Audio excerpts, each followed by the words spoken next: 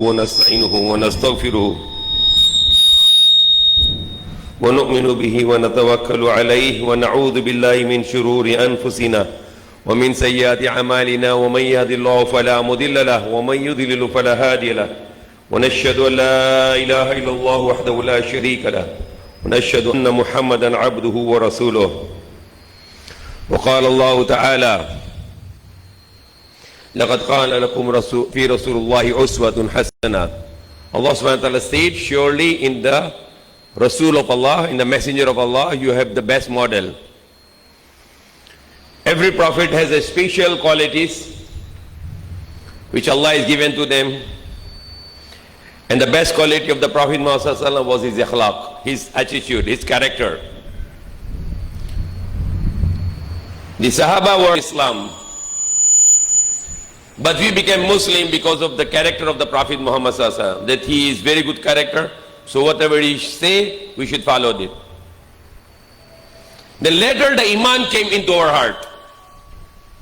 Allah subhanahu wa ta'ala said in the Quran about Prophet Muhammad sallallahu alaihi wasallam, that if you were rude, means you have a bad character, then people will desert you, they will go away from you. Why people, they like to be near with the Prophet Muhammad sallallahu alaihi wasallam and they want to listen to him? Because of his good character. If you go in the Quran, in the middle of the Quran, I was watching a lecture this morning. In the middle of the Quran, وَلْيَتَلَطَّفْ, it's mentioned about the softness, that you have a good character, not harsh character, but a good character.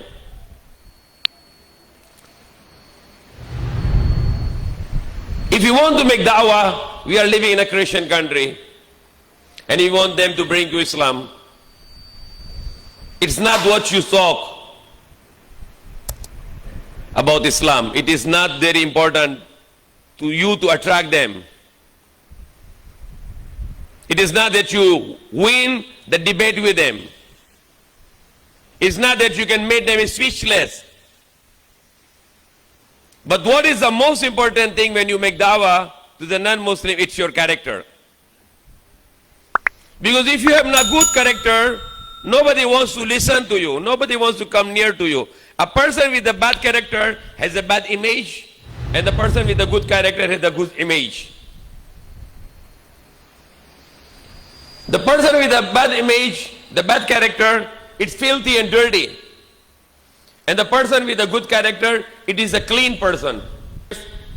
That is their home now. That is their land now. According to the law of Islam, if nobody owns the land and you make the house there, you become the owner now. Because this land is for the children of Adam.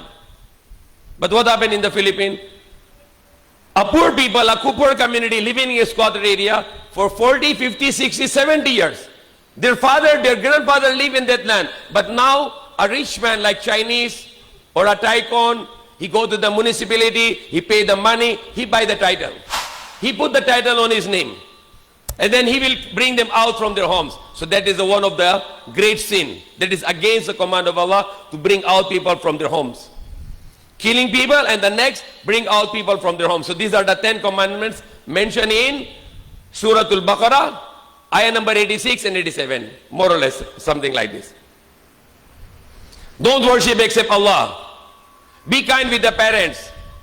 Be kind with the relatives.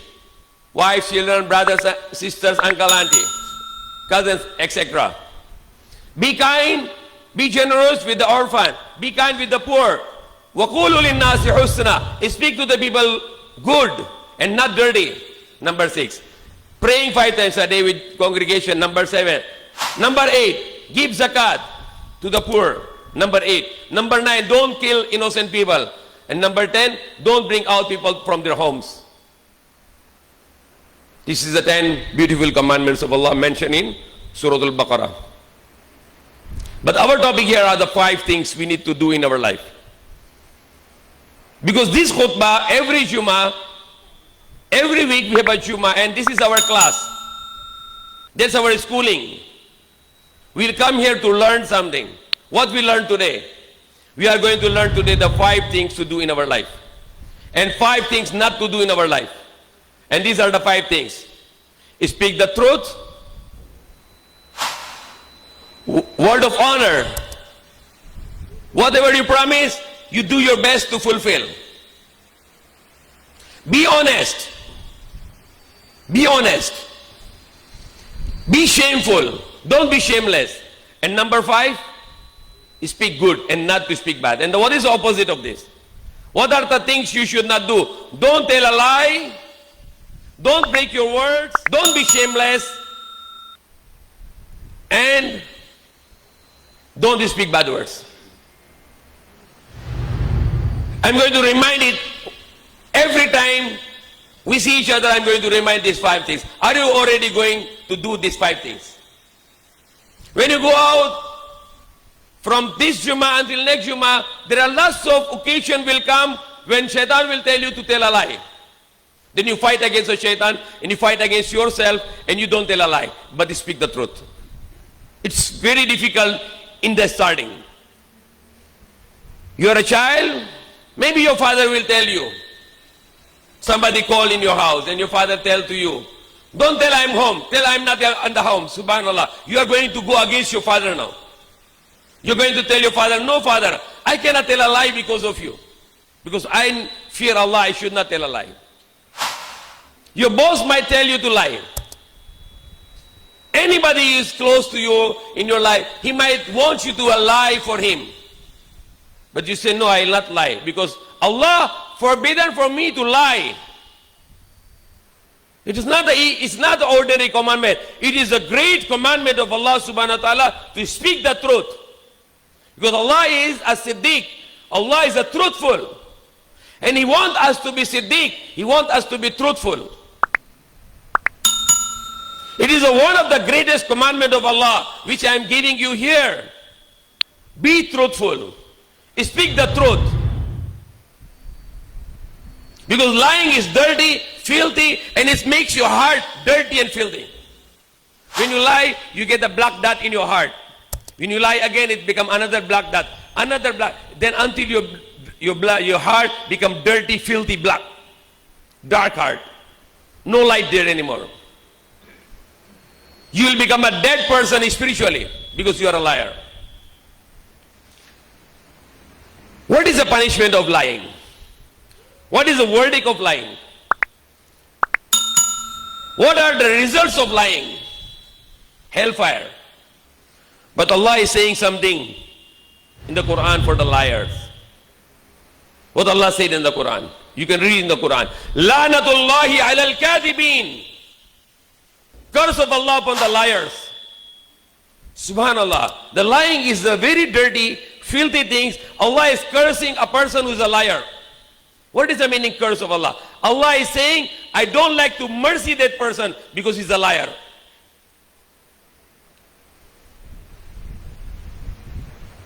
Yung tao na may sinungaling, sumpa ng Allah. The curse of Allah upon him. Walang awa ng Allah sa kanya. It is not an ordinary sin to lie. It is a major sin. It is a great sin that you commit in your life when you tell a lie. Malaking kasalanan ng sinungaling. People are lying in business, people lying in the school, people lying in the college, people lying in the office, people lying in the house.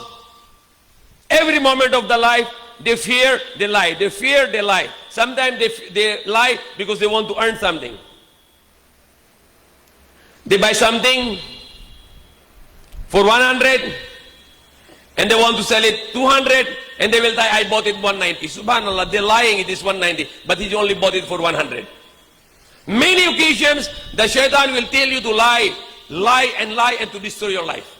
Because Prophet Muhammad said, Asidku yunji wal kadhiba yuhlik. The truthfulness will give you the salvation and the lying will destroy your life. Will make a distraction for you.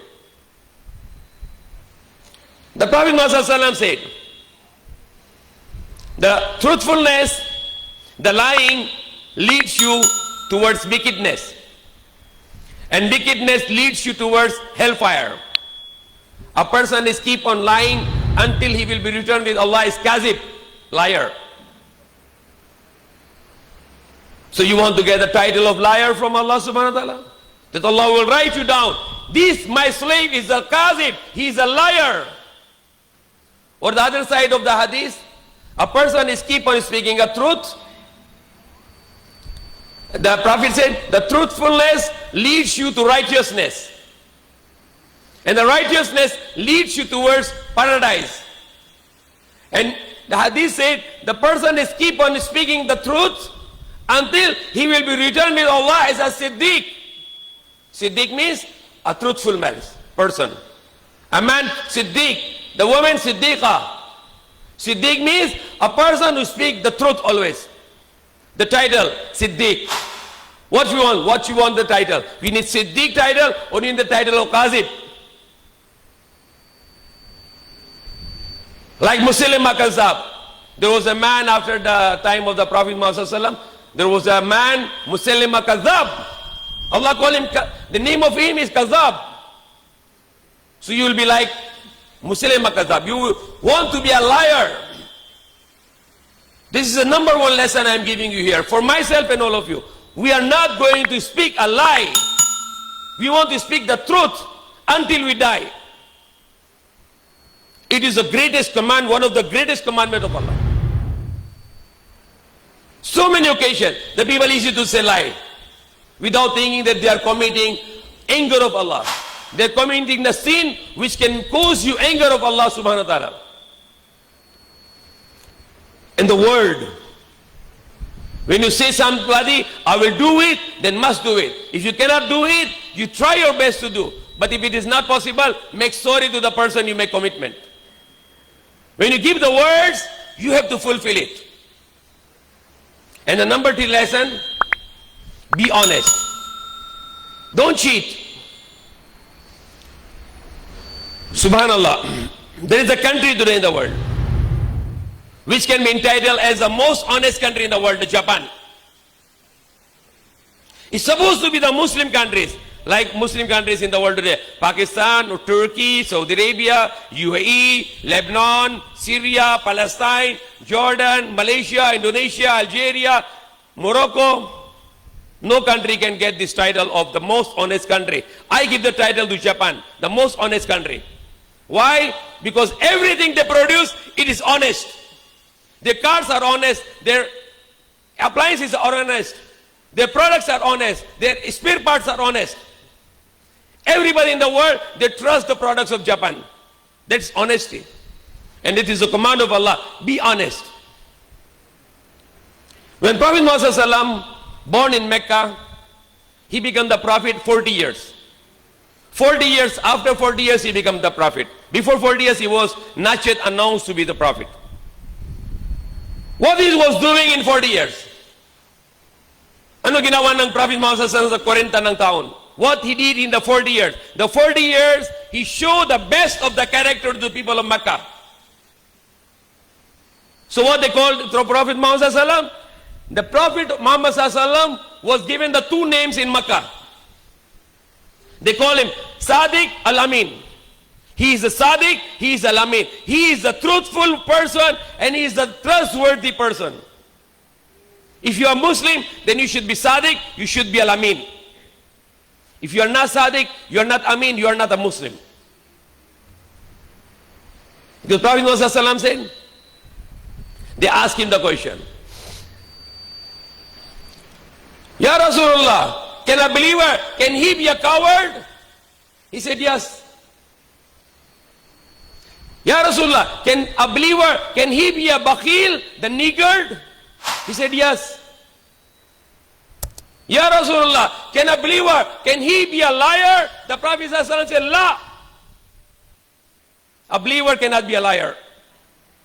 He did not accept a person, a liar, to be a Muslim, to be a mu'min, to be a believer. No, he is not a believer. So how much more you're praying, you're fasting, you're hajj, your umrah, when you are a liar? I did not say you are not a believer. Prophet said you are not a believer if you are a liar.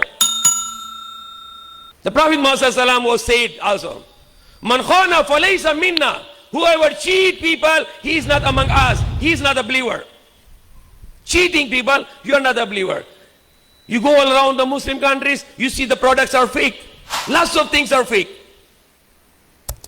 If you go to Pakistan, you can go in the market. There are so many things are fake things. And Muslims are selling and they are proud to be Muslims. And the Prophet said, Man khana falaysa minna. Whoever cheat, he is not among us. You cannot be a cheater at the same time you are a Muslim. It's contradicting. You cannot be a liar and you say I'm Muslim. It's contradicting yourself. A believer cannot be a liar. A believer cannot be a cheater, a deceiver.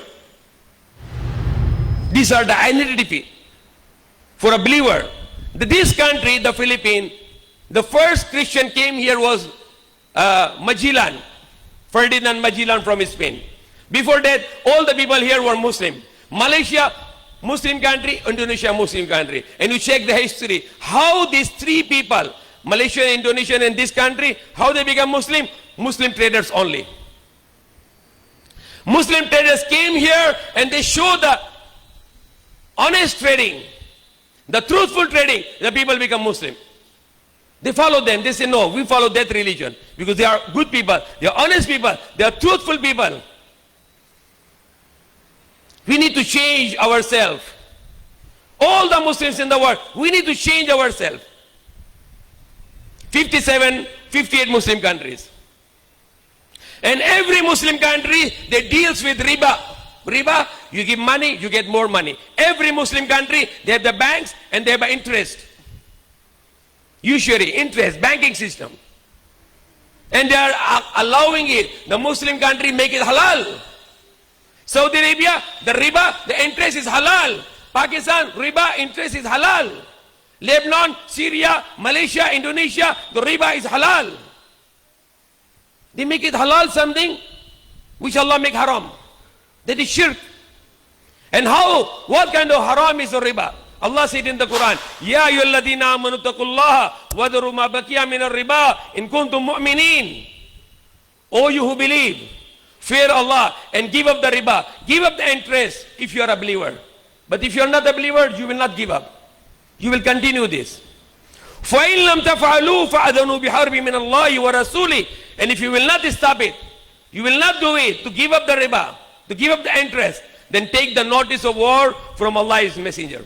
How this Muslim country can be a Muslim when they make riba halal? And Allah is cursing them. That's why the Muslim says the oil, petroleum, the gas, the coal, the agriculture, water, everything. But yet they are having a slavery because of the banking system, because of the currency system, because of IMF, because of the World Bank. Allah put the misery and hardship and curse upon this because these countries, because of dealing in riba, dealing in interest. So what 5 things we do? Speak the truth, honor your words, be honest, be shameful. The Prophet Muhammad said, if you don't shame, if you have no shame, you can do anything. Or in Tagalog, they say, kung walang haya, gagawin mo ano gusto mo. Because in Tagalog, haya, same like Arabic haya. Kung wala ka na haya, gagawin mo ano gusto mo. If you have no haya, you can do anything you like because you are a shameless person. You are like a pig now. What is the attitude of the pig? Shameless. So if you have no haya, you can do anything. And number 5 thing, before I stop this first khutbah, is speak good. Good words. Even you are very angry, don't say the bad word. Don't hurt people with your words. Because hurting, insulting a human being, according to the hadith, insulting a human being, it is more bigger sin to destroying the Kaaba. To we are facing to pray.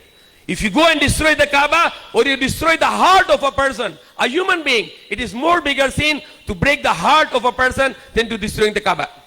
May Allah guide us. Alhamdulillah Rabbil Alameen.